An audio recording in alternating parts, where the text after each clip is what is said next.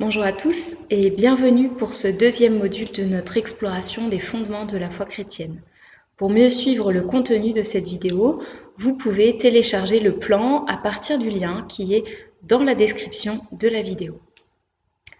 À l'instar des confessions de foi classiques, la déclaration de foi de l'Union des Églises évangéliques libres commence par affirmer la foi en Dieu, ainsi formulée: nous croyons en Dieu le Père, le Fils et le Saint-Esprit, un seul Dieu béni éternellement.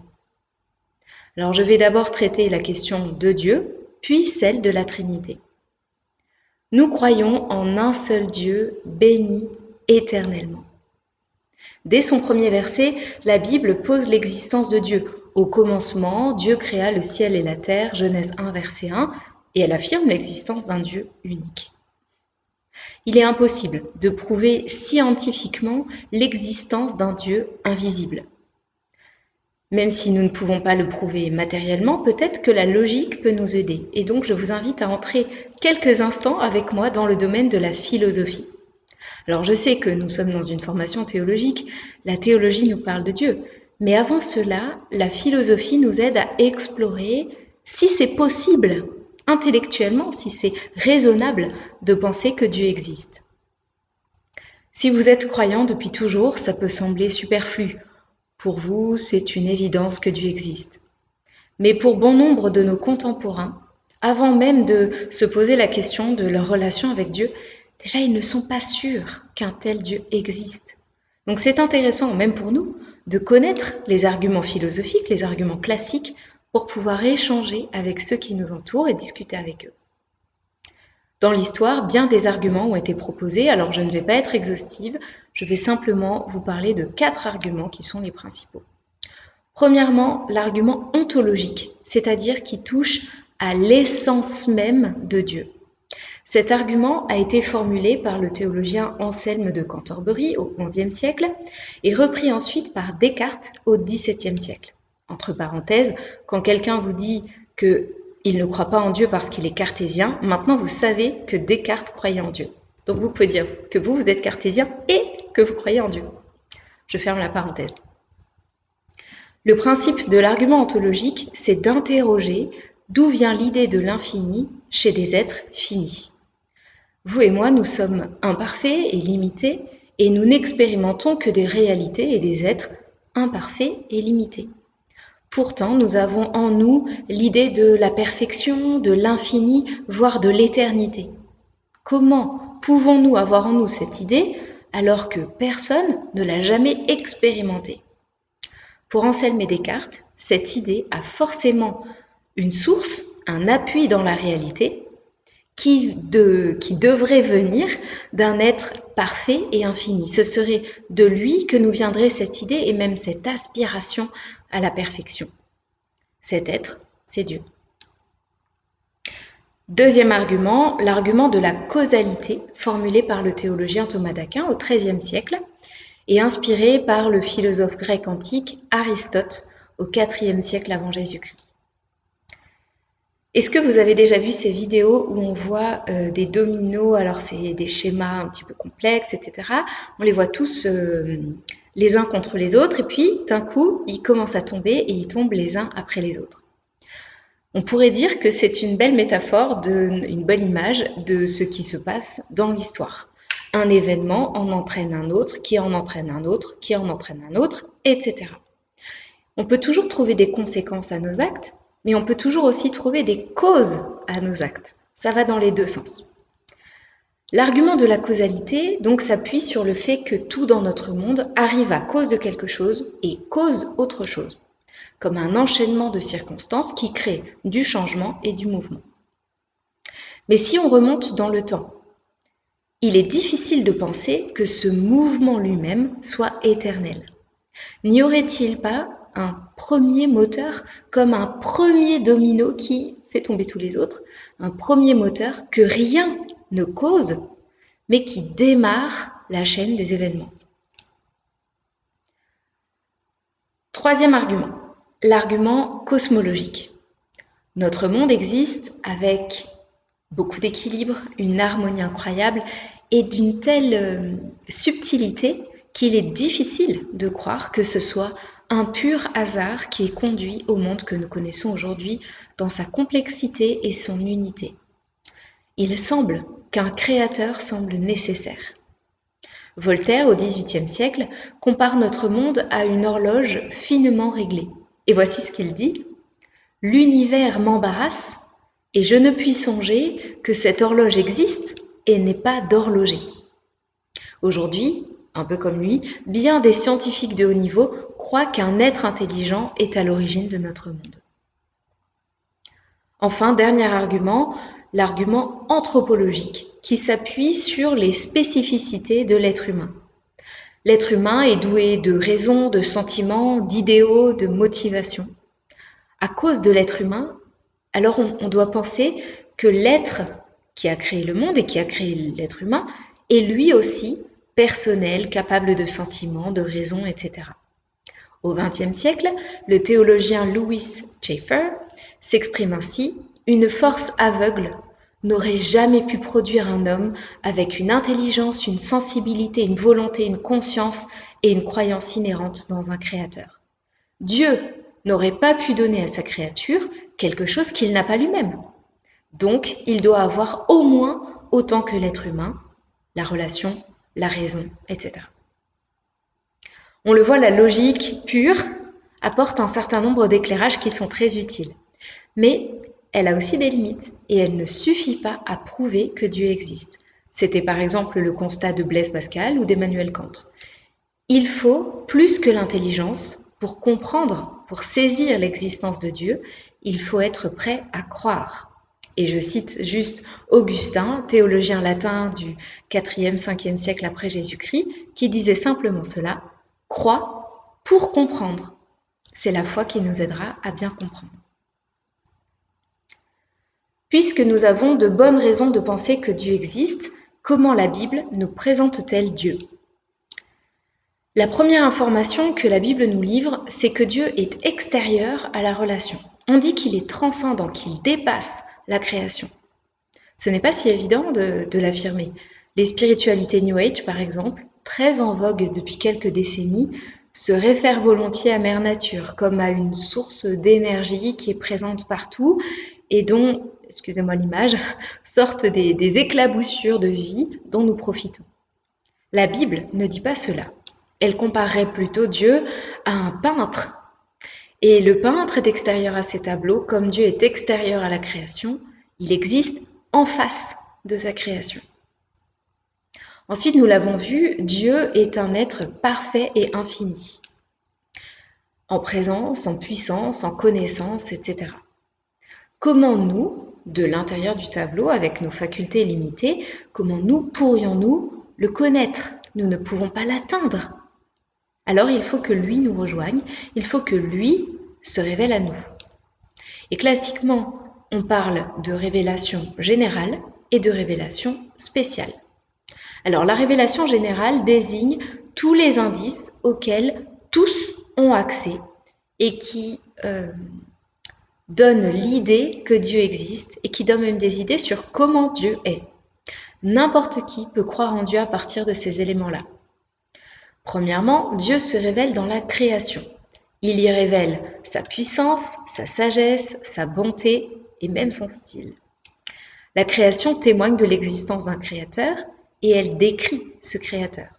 Alors juste le psaume 19 par exemple qui le dit si bien, « Les cieux proclament la gloire de Dieu, la voûte étoilée révèle ce qu'il a fait. » Romains 1, 20, en effet, depuis que Dieu a créé le monde, ses qualités invisibles, c'est-à-dire sa puissance éternelle, sa nature divine, se voient fort bien quand on considère ses œuvres.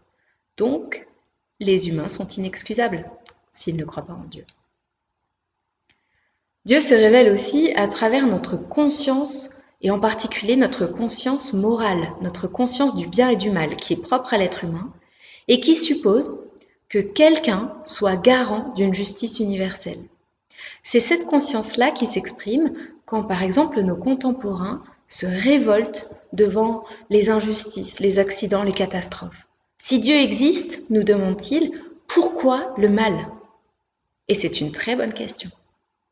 Mais on peut aussi se demander, si Dieu n'existe pas, en quoi le mal est-il un problème? La révélation spéciale désigne quant à elle la façon dont Dieu se révèle particulièrement à travers sa parole. Alors c'était l'objet de la première vidéo, mais juste pour résumer, dans sa parole, qui est la Bible, Dieu révèle son caractère, ses goûts, ses sentiments, ses projets, en particulier le salut, et son désir de relation intime avec nous. Jésus, parole faite chair, est le portrait de Dieu. Il est la révélation ultime. Non seulement il nous parle de Dieu, mais en plus il nous le montre. C'est ce qu'exprime par exemple l'apôtre Jean lorsqu'il dit au chapitre 1 de son évangile, « La parole, le Fils, Dieu, est devenu un homme et il a habité parmi nous. Nous avons vu sa gloire, la gloire du Fils unique, plein du don de la vérité, la gloire qu'il reçoit du Père. » Et dans Colossiens, l'apôtre Paul dit ceci au premier chapitre, « Le Christ est l'image visible du Dieu invisible, il est le Fils premier-né, supérieur à tout ce qui a été créé. » Le Christ est l'image visible du Dieu invisible.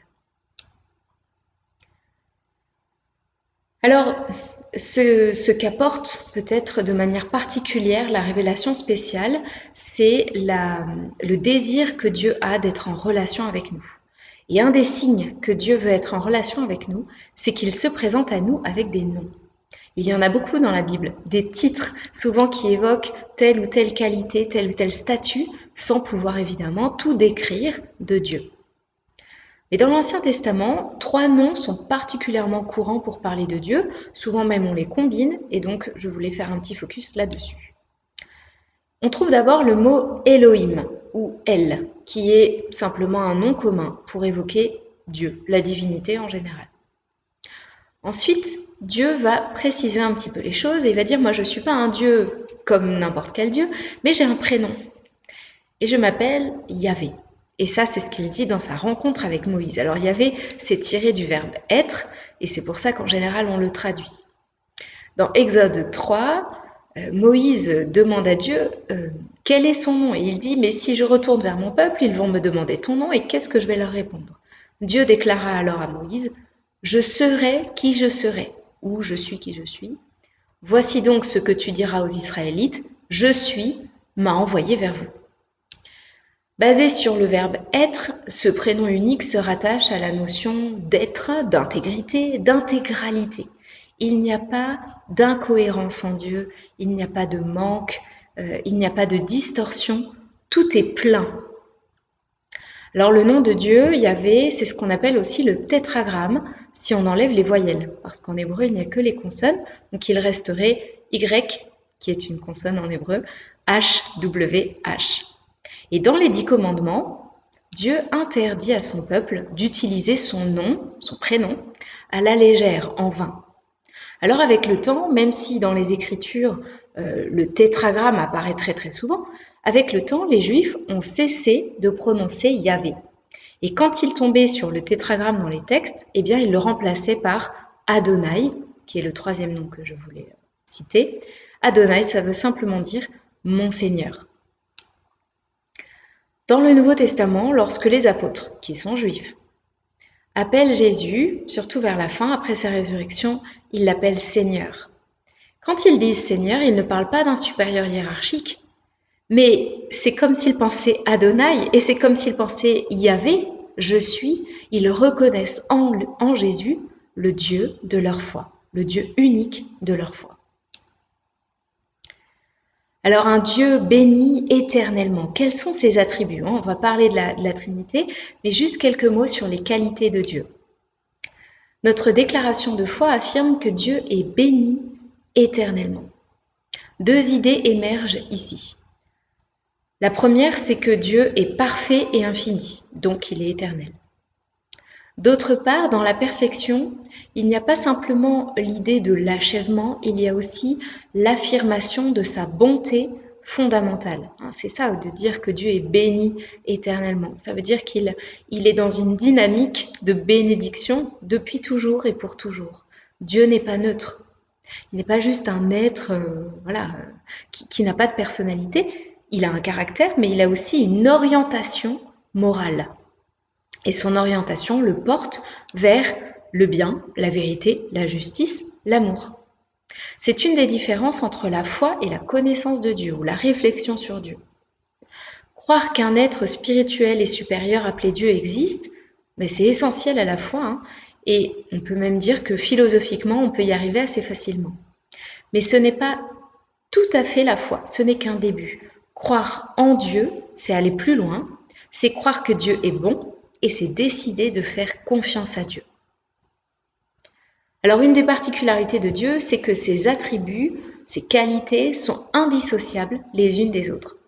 Parfois on a l'impression qu'il y a d'un côté sa sainteté, de l'autre côté son amour, ailleurs sa justice, ailleurs la vérité, et puis selon les situations, c'est plutôt l'un ou plutôt l'autre qui est dominant. En réalité, Dieu est toujours tout pleinement en même temps. Donc, quand il exprime sa sainteté, c'est toujours avec de l'amour. Et quand il exprime son amour, c'est toujours dans la sainteté. Quand il est juste, c'est avec patience. Et quand il est patient, c'est avec justice. Dieu est toutes ses qualités, tout le temps et parfaitement. Alors, dernière chose sur les attributs de Dieu, on distingue classiquement ses attributs incommunicables et ses attributs communicables. C'est-à-dire, d'un côté, les qualités qu'il a communiquées à ses créatures, qu'il les partage avec lui, et puis de l'autre, les qualités qui lui sont spécifiques et que nous ne trouverons pas dans la création.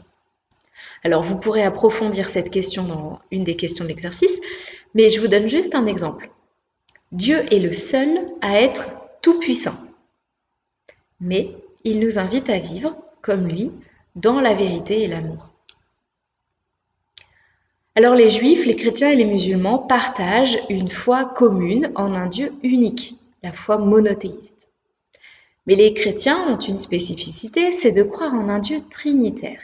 La doctrine trinitaire se développe dans le Nouveau Testament.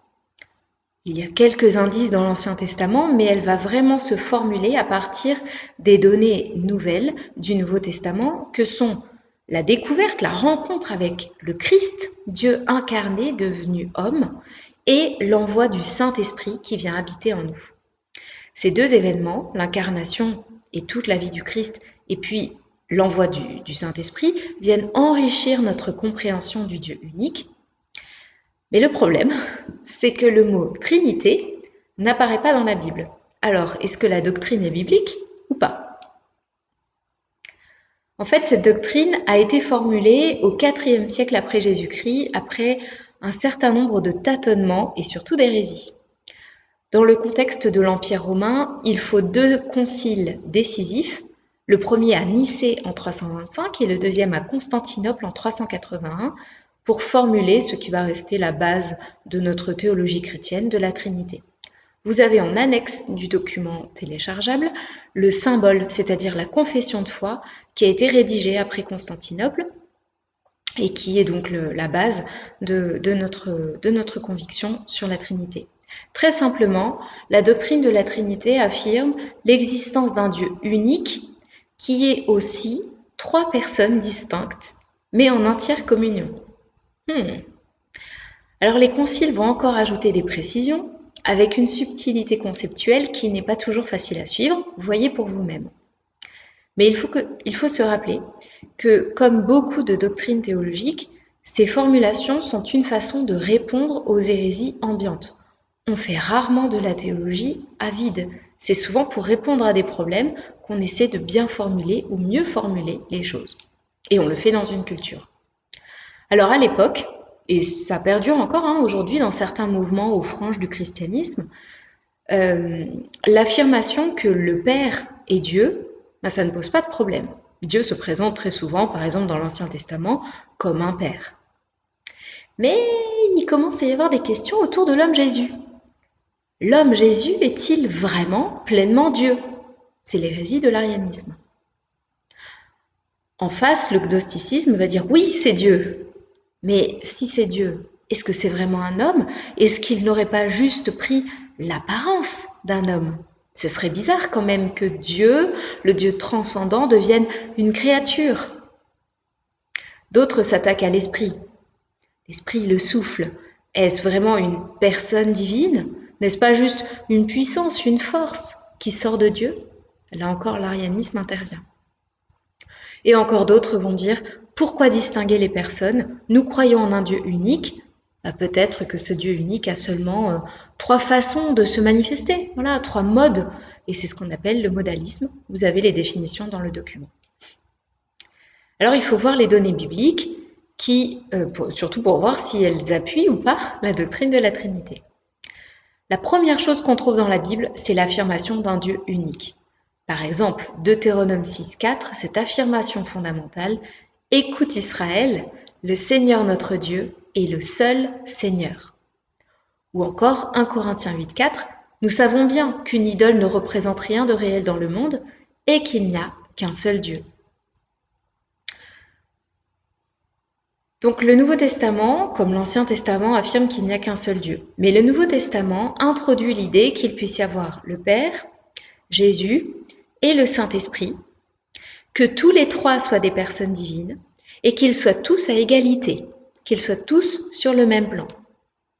Alors pour le Père, je vous l'ai dit, il n'y a pas de difficulté, c'est dans le prolongement de l'Ancien Testament. Pour Jésus, il n'y a pas de problème pour le personnifier, c'est un homme. Mais en quoi est-il Dieu? J'ai mentionné tout à l'heure le fait que les croyants ont attribué assez vite le titre divin Seigneur à Jésus. Par exemple, quand Jésus apparaît à ses disciples et que Thomas le touche et dit « Mon Seigneur et mon Dieu ». Dans son évangile, l'apôtre Jean reconnaît aussi que Jésus est à la fois Dieu et qu'il était avec Dieu. C'est pas juste Dieu incarné, c'est Dieu, mais une autre personne parce qu'il était dans une relation avec Dieu et c'est cette personne divine, complètement Dieu, mais voilà, qui s'est fait homme. C'est pas très simple à imaginer, mais c'est ce qu'affirme Jean. Paul va aller dans le même sens. Lui, il accorde à Jésus la gloire et l'égalité avec Dieu, par exemple dans Philippiens 2. Le Fils possédait depuis toujours la condition divine, mais il n'a pas voulu demeurer à l'égal de Dieu, et c'est pour ça qu'il s'est incarné pour nous sauver. Donc le Fils, ou plutôt le Christ, est Dieu le Fils au même niveau de gloire que le Père. Alors pour l'Esprit, c'est un peu plus difficile parce qu'il est souvent représenté par des images impersonnelles. Par exemple, l'eau, le feu, le souffle, le vent, une colombe parfois. Mais Jésus va le présenter à ses disciples comme une vraie personne, un consolateur qui le remplace auprès d'eux. Par exemple, dans Jean 14, versets 16 et 17, il dit à ses disciples « Je demanderai au Père de vous donner quelqu'un d'autre, pas quelque chose, quelqu'un d'autre pour vous venir en aide, qui sera avec vous pour toujours, c'est l'Esprit qui révèle la vérité. » Le Saint-Esprit est doué de volonté et il agit. L'apôtre Paul, dans ses lettres, nous donne quelques indices dont vous avez les références dans le document. Mais par exemple, le Saint-Esprit distribue les dons aux croyants. On peut aussi attrister le Saint-Esprit, donc il a des sentiments. Et puis le Saint-Esprit prie avec nous et pour nous. Cette égalité des personnes divines, Père, Fils et Saint-Esprit, se manifeste très clairement dans les formulations trinitaires. Il n'y a pas le mot Trinité dans la Bible, mais l'expression Père, Fils et Saint-Esprit, on la trouve, ou des formules où on parle de Dieu le Père, du Fils et du Saint-Esprit. Un exemple de formulation trinitaire, c'est quand Jésus demande à ses disciples d'aller, de faire des disciples et de les baptiser au nom du Père, du Fils et de l'Esprit Saint. Il faut bien comprendre que dans cette phrase, dans cette expression, tout le monde est au même niveau, Père, Fils et Esprit. Il ne serait pas possible de mettre dans la même expression Dieu et puis des créatures. Par exemple, si je vous disais, vous pouvez baptiser au nom de Dieu, du chat et de l'herbe verte. C'est bizarre, ça n'a aucun rapport. À chaque fois que les apôtres prient ou demandent la bénédiction du Père, du Fils et du Saint-Esprit, ils reconnaissent que tous les 3 sont également divins. Juste une remarque, rappelons-nous que les apôtres étaient des juifs et des bons monothéistes. Alors quand ils indiquent que Jésus ou l'Esprit sont Dieu, c'est qu'ils en sont convaincus, parce que sinon, c'est un énorme blasphème. Alors pour résumer, voici ce que l'on peut affirmer sur la Trinité. Il y a un seul Dieu. Le Père est Dieu. Le Fils est Dieu. L'Esprit est Dieu. Ils sont égaux. Mais le Père n'est pas le Fils. Le Fils n'est pas l'Esprit. Et le Père n'est pas l'Esprit. Ce sont trois personnes distinctes. Alors qu'est-ce qui va différencier ces personnes de la Trinité si elles sont égales et qu'elles partagent le statut, la gloire, l'être, le caractère ? Eh bien, dans la Bible, ce qui les différencie, c'est leur mission et la façon dont ils vont la remplir. Alors je résume à partir de toutes les données, mais vous pouvez réfléchir en reparcourant votre Bible. Dieu le Père. Alors lui, il décide et planifie son plan, donc la création, et puis quand la création s'est abîmée, la rédemption, le rachat de sa création, la nouvelle création. C'est lui qui a l'idée, la volonté, le choix. On pourrait un peu le comparer dans le domaine du bâtiment à un architecte. Dieu le Fils, la parole qui va ensuite s'incarner en Jésus, lui, il réalise la création et la rédemption. Et la particularité de son œuvre, c'est qu'elle est concrète et elle est ponctuelle et elle vaut une fois pour toutes. À la création, la parole pose des fondements, la séparation du ciel et de la terre et de la mer, la création de l'être humain, la création des astres, etc. Des fondements qui font qu'on ne peut pas revenir en arrière. C'est un fondement une fois pour toutes. Le monde va continuer de se développer, mais on sera dans une autre dynamique. De la même façon pour le salut, Jésus meurt sur la croix, il ressuscite, c'est une fois pour toutes. Il ne va plus le refaire. Dieu le Fils, c'est par rapport à l'architecte plutôt le maître d'œuvre, celui qui surveille et participe au chantier. Et enfin, Dieu l'Esprit mène la création et la rédemption à leur achèvement. C'est-à-dire qu'une fois que les bases ont été posées par le Fils, lui, il applique, il arrange, il va au bout des choses. C'est un processus au long terme. Alors dans mon image du bâtiment, je pensais par exemple au syndic qui s'occupe des réparations, etc., qui va faire le suivi tout au long.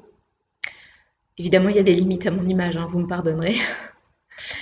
Ce qui est intéressant aussi dans le travail de l'esprit, c'est que c'est un processus au long terme, mais c'est aussi un processus qu'il va mettre en place de l'intérieur. Le Saint-Esprit n'est pas autant en face de nous que Dieu le Père. Il est plutôt décrit comme celui qui remplit, inspire, vous l'avez vu avec la doctrine de l'inhérence biblique, de l'infaillibilité biblique. Donc il inspire, il guide, il rend saint, il sanctifie, etc., etc. Donc un processus au long terme et de l'intérieur. Alors en conclusion, la Bible affirme que Dieu existe, mais elle nous révèle surtout qui il est. Et si nous croyons qu'un Dieu personnel existe, cela a forcément des conséquences parce que Dieu, en tant que personne, désire avoir une relation avec nous. La grande spécificité chrétienne, je le disais, c'est la Trinité. Et il est difficile d'en parler sans être hérétique. Désolée pour mes images approximatives. La Bible nous donne cependant suffisamment d'éléments pour y croire, même si elle n'explique pas tout. Et j'aime beaucoup la formule du théologien Henri Blocher qui parle de la Trinité comme d'un mystère lumineux. Un mystère lumineux. Les profondeurs de l'être de Dieu nous dépassent, et elles nous dépasseront sûrement toujours un peu. Mais c'est lumineux, parce que cette notion de Trinité permet de comprendre, par exemple, comment notre monde créé peut être à la fois si varié et si harmonieux. Le monde reflète l'harmonie et la diversité qui sont en Dieu de toute éternité. Mais plus que tout, la Trinité nous permet de comprendre cette affirmation. Dieu est amour. Depuis toute éternité et pour toute éternité, Dieu aime et il est aimé. Notre création, notre recréation par le salut en Christ, c'est simplement son invitation à entrer à notre tour dans cette réalité d'amour.